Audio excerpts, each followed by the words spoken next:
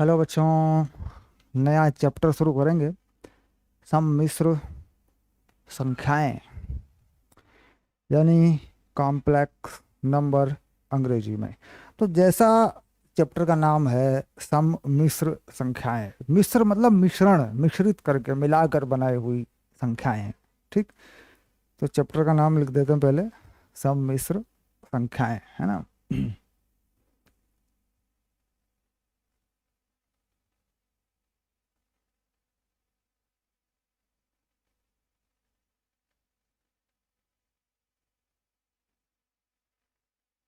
सम्मिश्र संख्याएं अंग्रेजी में बोलते हैं कॉम्प्लेक्स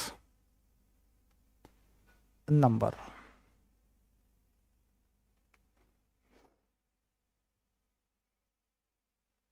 ओके, डन, शाबाश।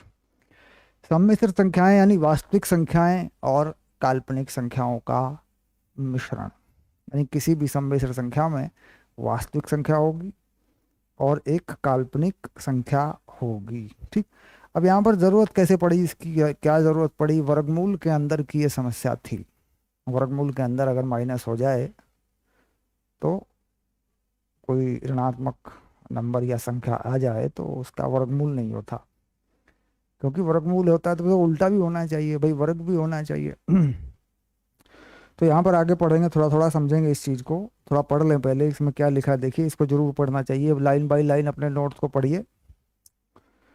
हमने प्राकृत संख्याओं से संख्याओं के निकाय का अध्ययन प्रारंभ किया।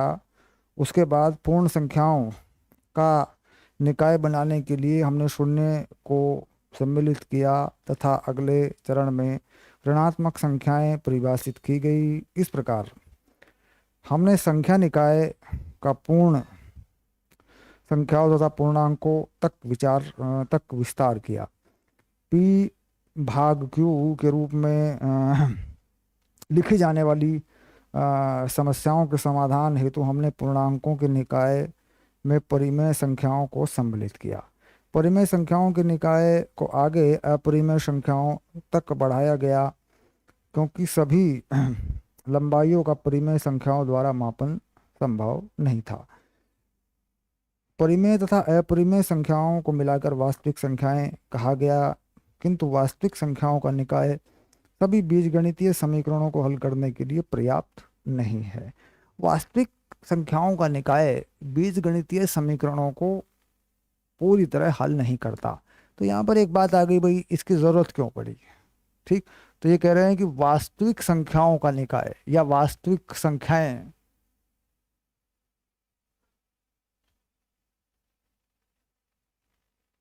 वास्तविक संख्याओं का निकाय सभी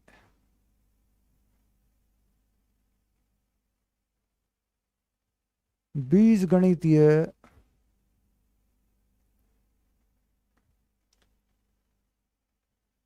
समीकरणों को हल करने के लिए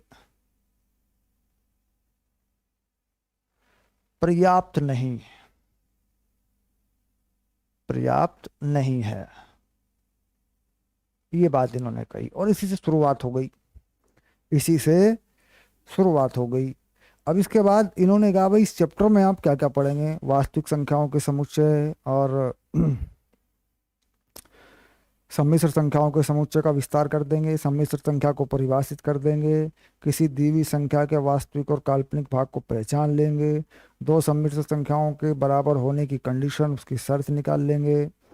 उसके बाद संयुग्म भी निकाल लेंगे, आर्गन प्लेन, एक होता है आर्गन प्लेन जिसे आयत एक्स वाई अक्षों पे रख देते हैं किसी संख्या को, वो सीख लेंगे। यानी निर्देशांक ज्यामिति को इससे जोड़ देंगे, त्रिकोणमिति को इससे जोड़ देंगे, सम्मिश्र संख्या से निर्देशांक ज्यामिति को त्रिकोणमिति को जोड़ देंगे, यानी ज्यामिति को जोड़ देंगे इससे, सीधी सी बात यह है।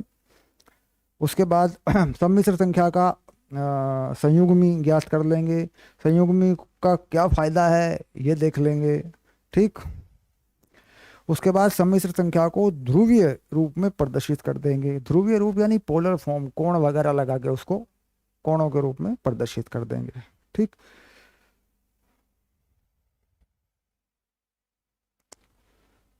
सम्मिश्र संख्याओं में बीजगणितीय योग, घटा, गुणा वगैरह का उपयोग करेंगे।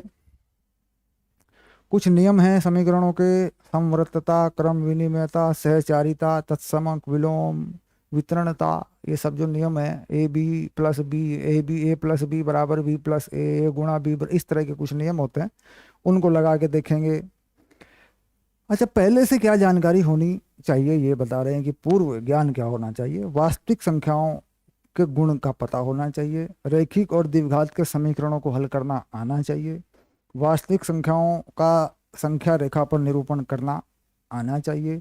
एक तल में बिंदुओं का निरूपण करना आना चाहिए। तो पूर्व ज्ञान यानी बेसिक जो नॉलेज है वो जरा देख लें एक बार कि बेसिक क्या है, बेसिक में क्या होना चाहिए, इसको एक बार चेक करेंगे।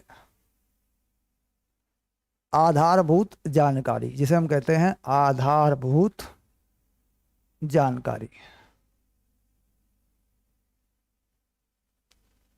या पूर्व ज्ञान जो भी कहें, ठीक। ये कहता है संख्याओं का ज्ञान होना चाहिए। वास्तविक, क्योंकि काल्पनिक संख्याएं तो बेटा यहीं जाके आएंगी। वास्तविक संख्याओं का ज्ञान, पहली चीज। दूसरी चीज, समीकरणों के हल, द्विघात के समीकरणों को हल करना आना चाहिए। द्विघात समीकरण को हल करना। तीसरी चीज,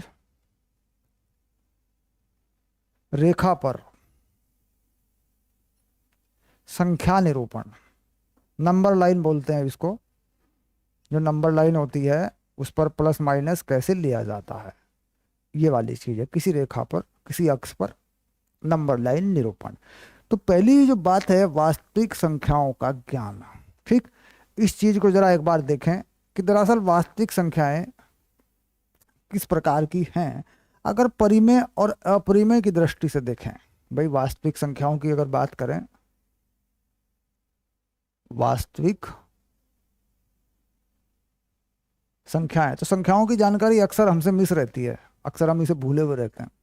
तो अगर परिमेय या अपरिमेय संख्या की दृष्टि से देखें तो ये दो प्रकार से हो जाती है। एक हो जाती है परिमेय और एक हो जाती है अपरिमेय।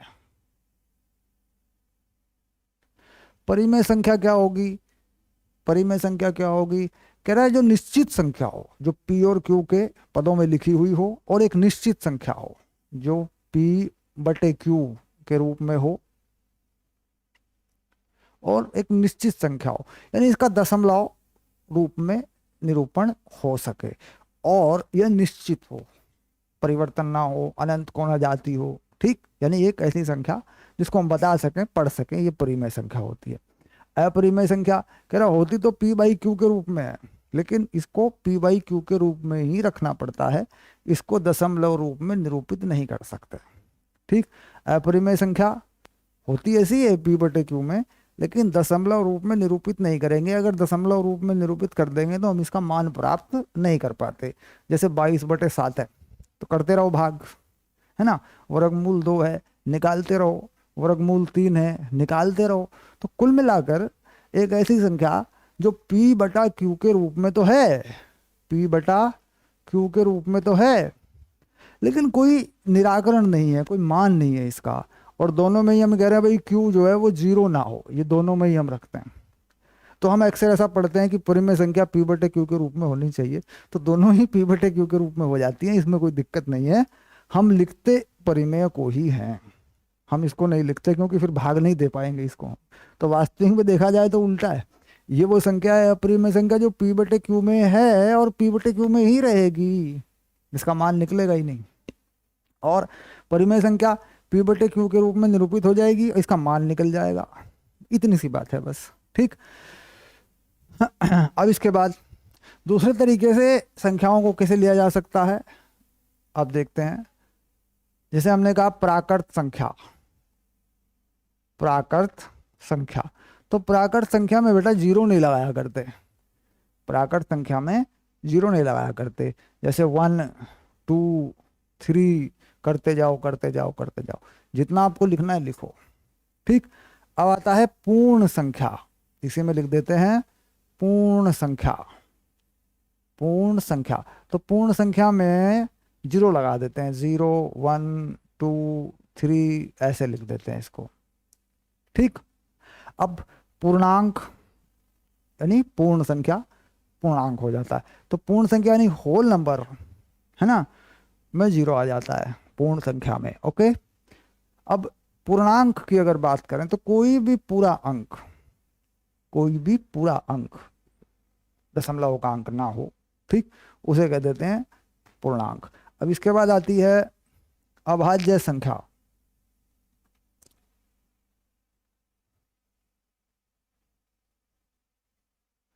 अभाज्य संख्या इसे बोलते हैं प्राइम नंबर। इसका नाम जो है याद रखना बेटा, अंग्रेजी में अक्सर काम आता है ये प्राइम नंबर। ठीक, इसका हो गया होल नंबर, और ये हो गया नेचुरल नंबर ऐसे। ठीक, और ये हो गया रेशनल नंबर, रेशनल नंबर, और ये हो गया इरेशनल नंबर। शाबाश। अब ये क्या है, अभाज्य संख्या क्या है, जो भाग ना हो, जो अपने अलावा किसी दूसरे से भाग ना हो। तो सबसे छोटी अभाज्य संख्या होती है 2, तो 2 से शुरू करते हैं, 2 3 5, अब आगे आगे आ जाएगा 7, उसके बाद पड़ेगा 11, मतलब अपने से पहले से या किसी से भाग ना हो। ठीक, यह है अभाज्य संख्या प्राइम नंबर। ओके, इस तरीके। अब एक क्यों नहीं, क्योंकि एक एक से भाग होता है और एक से कोई भी भाग होता है, तो एक को इसमें नहीं रखा करते। 1 इज नॉट अभाज्य संख्या, 1 is not a prime number. शुरू करते हैं 2 से। ठीक, तो सबसे छोटी अभाज्य संख्या क्या होती है, 2। अब इसके बाद होता है धन पूर्णांक ऋण पूर्णांक। धन पूर्णांक ऋण पूर्णांक, तो सिंपल है, पूर्ण अंक होना चाहिए, वो पॉजिटिव हो और नेगेटिव हो। धन पूर्णांक ऋण पूर्णांक, ठीक, वो अलग है। संख्याओं में उसको रखने की कोई ज़रूरत नहीं है, क्योंकि हम जानते हैं भाई धन पूर्णांक क्या होता है, ऋण पूर्णांक क्या होता है। संख्याओं की कैटेगरी में उसको ले जाने की आवश्यकता नहीं है। तो बेसिक जानकारी हो गई कि भाई इस तरीके से संख्याएं निरूपित हो जाती हैं। ओके, डन, शाबाश। तो वास्तविक संख्याओं में 2 प्रकार की संख्याएं होंगी, मेनली प्रीमेय और अप्रीमेय, और बाकी ये इनके नाम हो गए नंबरों के हिसाब से, 0 1 2 3 4 5 किस में है किस में नहीं है, इस हिसाब से हो गए। तो 2 टाइप से वास्तविक संख्याएं परिभाषित हो जाती हैं। शाबाश। अब आया द्विघात समीकरण को हल करना।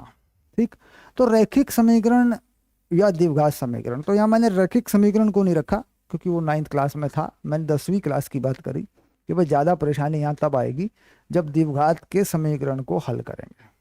ठीक, तो द्विघात समीकरण को हल करने का जो बेसिक तरीका है बस उसी को पकड़ के रखिए। बेसिक हल क्या है द्विघात समीकरण को, का जो बेसिक हल है वह क्या है, बस उसको ही देख लेना है। द्विघात समीकरण का हल ये देखो ऐसे चलेगा। तो मान लेते हैं, माना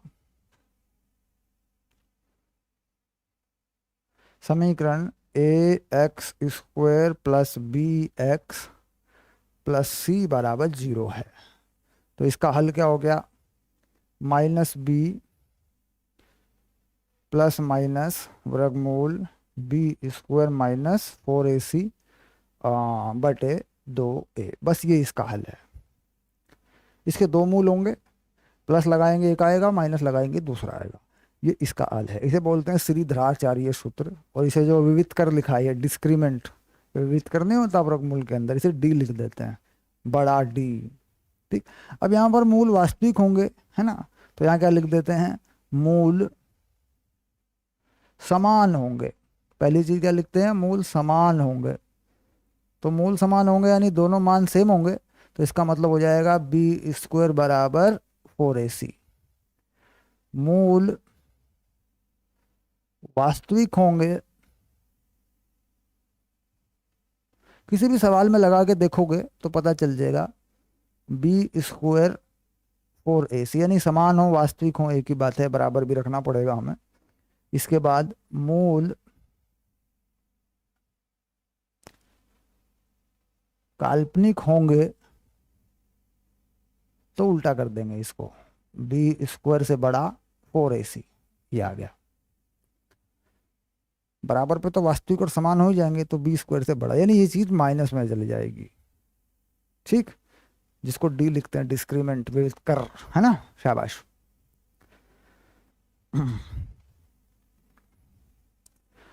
तो कोई भी समीकरण द्विघात का जब करेंगे तो बस इसी चीज को पकड़ेंगे। सामान्यतः हम द्विघात के समीकरणों को गुणनखंड से भी हल कर देते हैं, गुणनखंड बना देते हैं, गुणनखंड से भी हल कर देते हैं, अच्छी बात है। अगर गुणनखंड से हल करने की प्रैक्टिस हमारी अच्छी है तो बहुत बढ़िया बात है, नहीं है तो कोई बात नहीं, ठीक, इससे काम चलेगा। ओके, डन हो गया मामला। तो कुल मिलाकर अब आया सरल रेखा पर संख्या निरूपण। संख्या रेखा पर बोल देते हैं, नंबर लाइन पर संख्या का निरूपण।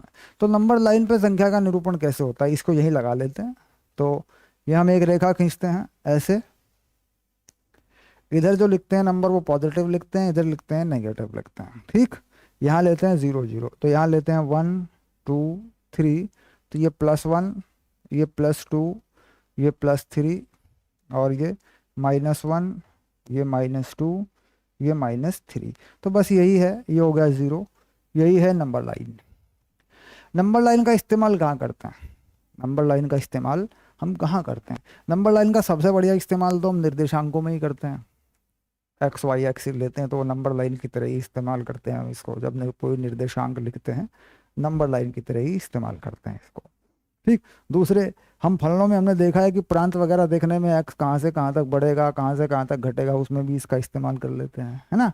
तो नंबर लाइन का इस्तेमाल, और जो परिमेय संख्या वर्गमूल या अपरिमेय संख्या को बनाने में जो वृत्त बनाया करते थे 9th क्लास में, उसमें भी हम नंबर लाइन का इस्तेमाल करते थे। वर्गमूल 5 को नंबर लाइन पे दिखाओ, वर्गमूल 5 को नंबर लाइन पे दिखाओ, वर्गमूल 3 को नंबर लाइन पे दिखाओ। तो वो कर्ण बनाया करते थे, आधार वगैरह किया करते थे, उसका वर्ग जोड़ के उसके बराबर एक विकर्ण बना के चाप मारा करते थे, कंपास से, प्रकार जो होता है ना उससे चाप मार दिया करते थे।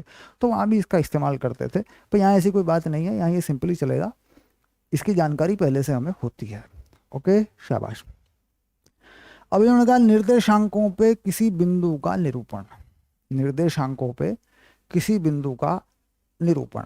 निर्देशांक पे कोई बिंदु मान लीजिए निरूपित होता है, उसकी दूरी होती है, उसके बारे में जानकारी होती है, वो भी इसके बेसिक का हिस्सा है, क्योंकि निर्देशांकों की जरूरत पड़ेगी, निर्देशांकों की जरूरत पड़ेगी इस चैप्टर में, अच्छे से पड़ेगी, तो इसलिए उसको भी थोड़ा सा समझना जरूरी है।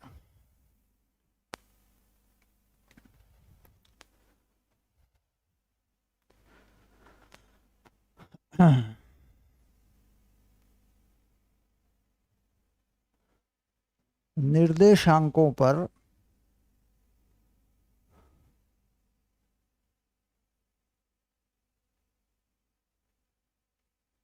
किसी बिंदु का निरूपण,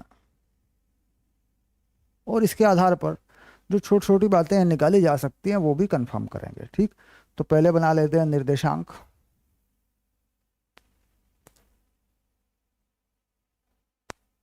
तो ये बना लिया हमने x अक्ष, और ये बना लिया y अक्ष, और ये दरअसल पॉजिटिव, ये पॉजिटिव, और इधर देखें तो ये नेगेटिव और ये नेगेटिव। ठीक, अब यहाँ पर निर्देशांक मान लो कोई प्लॉट करना है अपने को। ठीक, ठीक, हमने कहा भाई कोई निर्देशांक प्लॉट करना है इस पे, तो हम कह रहे हैं -3, 4 को बताओ कहाँ होगा, बिंदु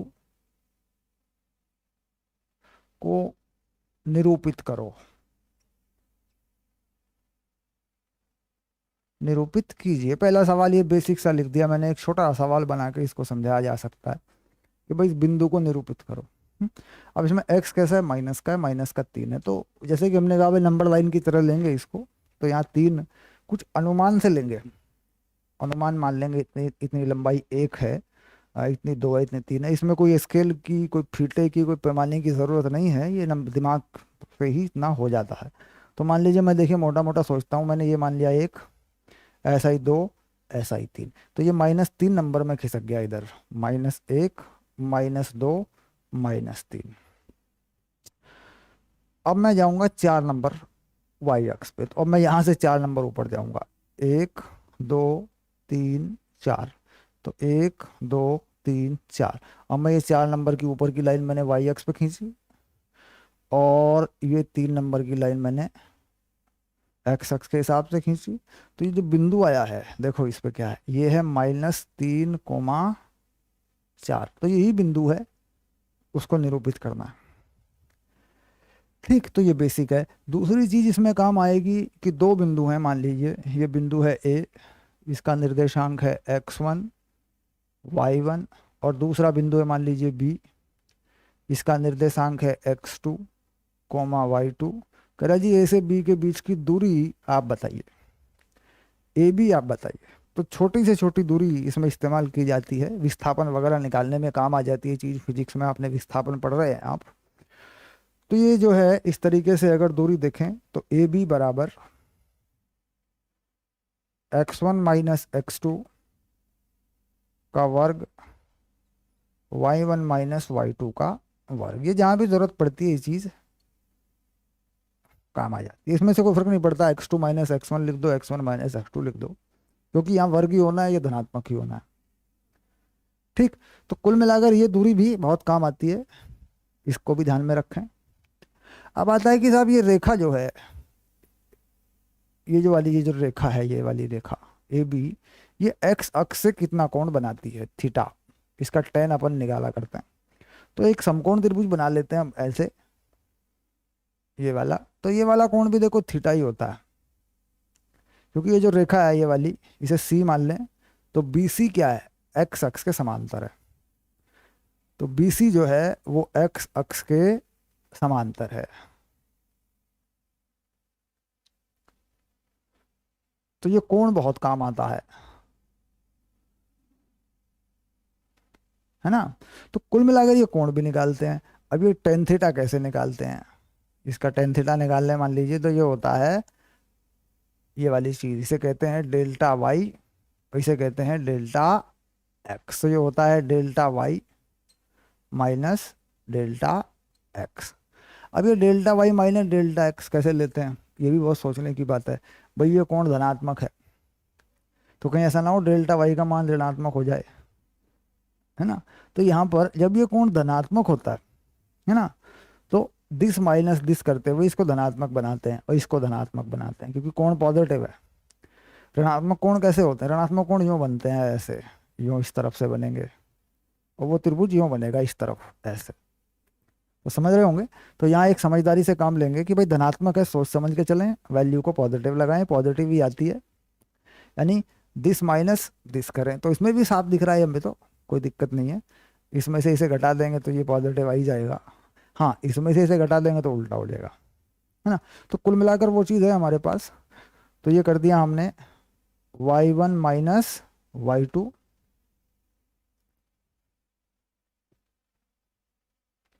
और यहाँ कर दिया x1 माइनस x2, ऐसे कर दिया हमने। ठीक, यानी x पे बढ़ते हुए को फाइनल और पहले वाले को इनिशियल माने, यानी इस तरफ को जा रहे हैं जब, तो ऑटोमेटिकली ये धनात्मक ही आएगा। जब ऊपर को जा रहे हैं तो ये भी धनात्मक ही आएगा। लेकिन ऐसे कन्फ्यूजन से बचने का उपाय ये होता है कि हम देख लेते हैं कि भाई यहाँ कोण कैसा है। पॉजिटिव कोण है तो ये मान पॉजिटिव होना चाहिए, इस तरीके से घटा देते हैं, कन्फ्यूजन में नहीं आते। यहाँ पे निर्देशांक वगैरह दिए होते हैं, ठीक है। अगर नहीं दिए x1 y1 के रूप में लिखना है तो ऐसे निर्देशांक x1 मतलब x की तरफ बढ़ते हुए x1 में से क्या घटेगा, x2, ऐसे y की तरफ बढ़ते हैं y1 में से क्या घटेगा, y2, है ना। तो इस तरीके से काम करेंगे, शाबाश। अब जैसे साया ये टेन थीटा निकाला है, साइन थीटा कोस थीटा भी निकाल सकते हैं। जो भी कोण आपको इस त्रिभुज में से निकालना हो वो निकाल सकते हैं। इसकी सारी दूरियां उरियां आपके पास हैं, डेल्टा वाई भी है, डेल्टा एक्स भी है, और ये बी भी निकला हुआ है। तो जो भी कोण साइन थीटा का, कॉस थीटा का, टेन थीटा का, त्रिकोणमिति में जाके समकोण त्रिभुज में लंब, आधार, करण वगैरह का जो भी कोण हमें चाहिए होगा वो हम इस त्रिभुज में से निकाल सकते हैं और आगे उसे इस्तेमाल कर सकते हैं। तो ये था छोटा सा निर्देशांक ज्यामिति का ज्ञान जो इस चैप्टर में काम करेगा। इससे ही हमारा काम चलेगा, इससे ज़्यादा की ज़रूरत हमें नहीं है, शाबाश। तो ये हो गया हमारा कि भाई आधारभूत जानकारी हमें इस चैप्टर के बारे में कितनी होनी चाहिए। चारों पॉइंट क्लियर हुए। चलिए अब आगे बढ़ते हैं थोड़ा सा।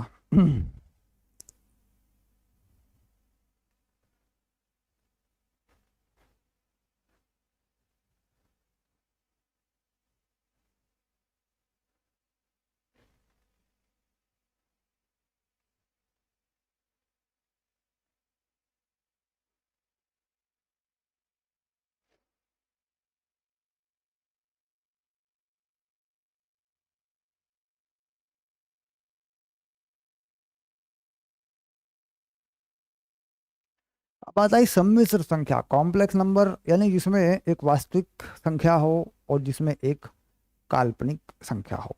काल्पनिक संख्या यानी ऐसी संख्या जिसमें वर्गमूल के अंदर माइनस हो। ठीक, तो सम्मिश्र संख्या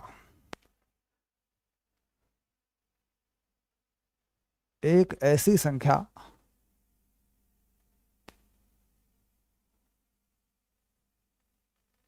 जिसमें वास्तविक एवं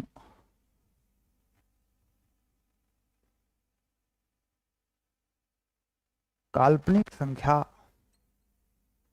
सम्मिलित हो।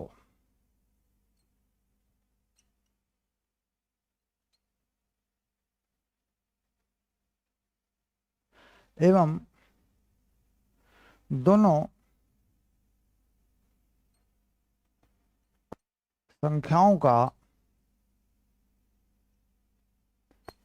निरूपण इस प्रकार हो कि इनकी भली भांति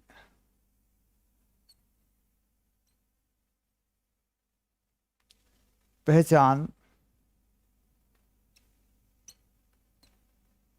की जा सके। यानी एक वास्तविक संख्या हो, एक काल्पनिक संख्या हो, और ऐसा निरूपण हो कि इनकी भली भांति पहचान की जा सके। भली भांति पहचान करने का मतलब ये होगा कि भाई एक तरीका हो, एक नियम हो कि साहब ये सम्मिश्र संख्या तो ऐसे लिखी होती हैं। तो किसी भी सम्मिश्र संख्या में, ठीक, माना z एक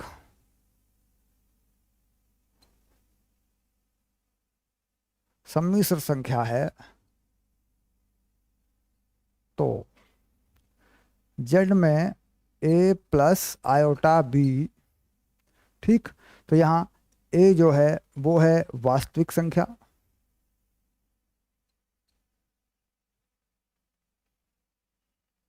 और जो i b है वो है काल्पनिक संख्या।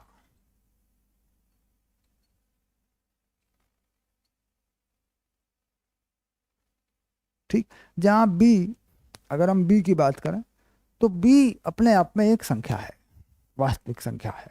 b कोई काल्पनिक संख्या नहीं है भाई, b तो कोई भी नंबर है। ये जो i लगा है यही बता रहा है कि ये चीज मिलकर एक काल्पनिक संख्या बनी हुई है। ठीक, यानी इस तरीके से इसका निरूपण हो।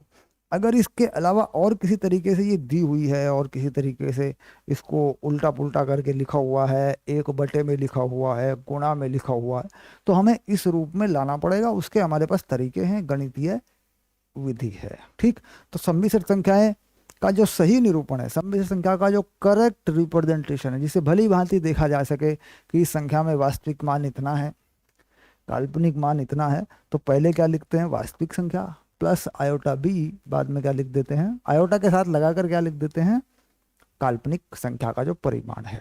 काल्पनिक संख्या का परिमाण बी है, वास्तविक संख्या ए है, या वास्तविक संख्या का जो भी उसकी वैल्यू है वो ए है। मापांक कह सकते हैं, परिमाण ना भी कहें, क्योंकि प्लस माइनस होता है परिमाण में, फिर हम सोचते हैं माइनस होगा कि नहीं होगा, तो मापांक कह सकते हैं।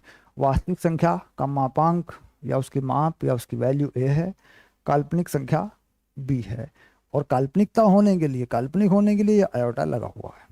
ठीक, अब यहाँ लिखते हैं जहां आयोटा बराबर वर्गमूल -1, बस।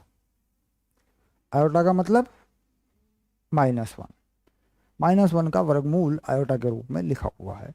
तो मान लीजिए कोई भी ऐसा समीकरण हमारे पास आए या ऐसी कोई भी संख्या हमारे पास आए जिसमें मान जो है वो माइनस में आ जाए वर्गमूल के अंदर।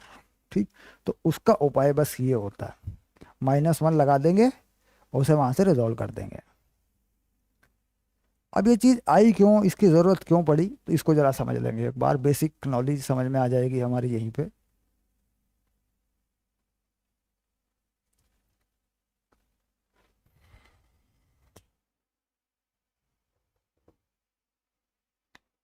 अब देखो एक उदाहरण से समझ में आ जाएगा ये।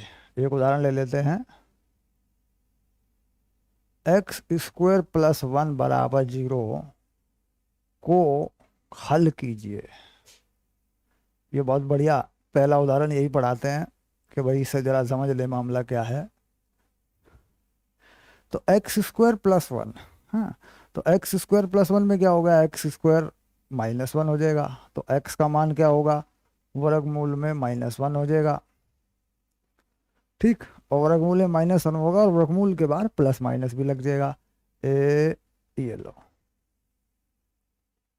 ठीक, अब ये जो माइनस वन है इसको क्या करें, इसको क्या कर दें, प्लस माइनस इसको लिख दें आयोटा, तो ये एक्स हो गया। ठीक, अब प्लस माइनस आयोटा अगर इसकी जगह वापस रखें, यानी अगर इसकी जांच करें, ठीक, तो प्लस माइनस आयोटा का स्क्वायर कितना होगा, भाई एक्स की जगह पे यहाँ रखा मैंने। ठीक, तो प्लस का स्क्वायर भी प्लस ही होता है, माइनस का स्क्वायर ही माइनस ही होता है, तो ये तो वन ही हो गया। तो कुल मिला के हो गया आयोटा स्क्वायर। आयोटा स्क्वायर कितना होगा, माइनस वन होगा। तो इस तरीके से हम माइनस वन की जगह पे आयोटा को लिखते हैं। ठीक, अब यहाँ पर क्या होता है कि देखिए ये पूरी तरह काल्पनिक है, ये जो हल है ये पूर्णतया काल्पनिक है। तो ये पूर्णतया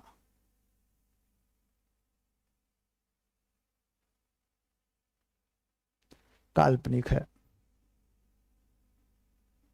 ठीक, यानी ये सम्मिश्र संख्या नहीं है, अर्थात यह सम्मिश्र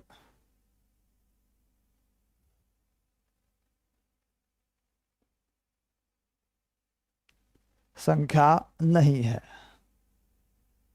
भाई इसमें वास्तविक तो कुछ आया ही नहीं है, आप जरा सोच के देखिए, इसमें वास्तविक तो कुछ है ही नहीं, ये तो बस आयोटा है, एक आयोटा। अब यहाँ पे क्या कह रहे हैं कि जी एक वास्तविक हो एक काल्पनिक हो तब बनती है सम्मिश्र संख्या। इसका मतलब इस समीकरण का हल, इस समीकरण का हल एक सम्मिश्र संख्या नहीं है बल्कि एक काल्पनिक संख्या है। यानी इस समीकरण का हल पूर्णतया काल्पनिक है, क्योंकि सिर्फ आयोटा या आई ही आया। अब ये जो आई है, आई, ठीक, इसको ये जो आयोटा नाम दिया ये एक साइंटिस्ट ने दिया, मतलब एक मैथमेटिशियन ने दिया जिन्होंने लिखा। इससे पहले के ज़माने में इनको छोड़ दिया जाता था। देवघात के समीकरण ऐसे थे या समीकरण थे जिनमें माइनस आया करता था वर्गमूल में, चूंकि वो बनता नहीं था गणित के हिसाब से, छोड़ दिया जाता था।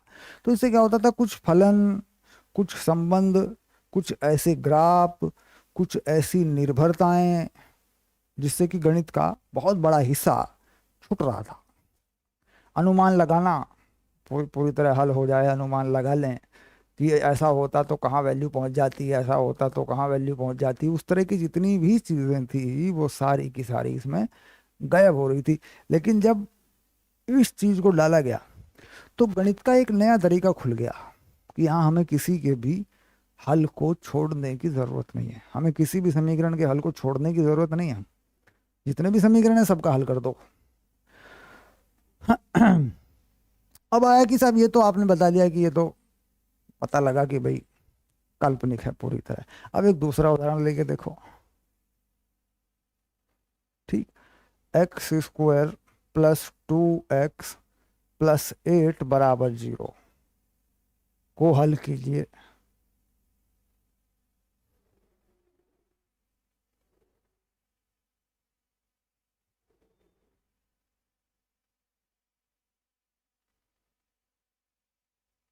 ठीक, यानी एक ऐसी समीकरण मैंने अपनी तरफ से बनाकर लिखी है, जानबूझकर मैंने लिखी है जिससे कि उसका हल सम्मिश्र संख्या आए।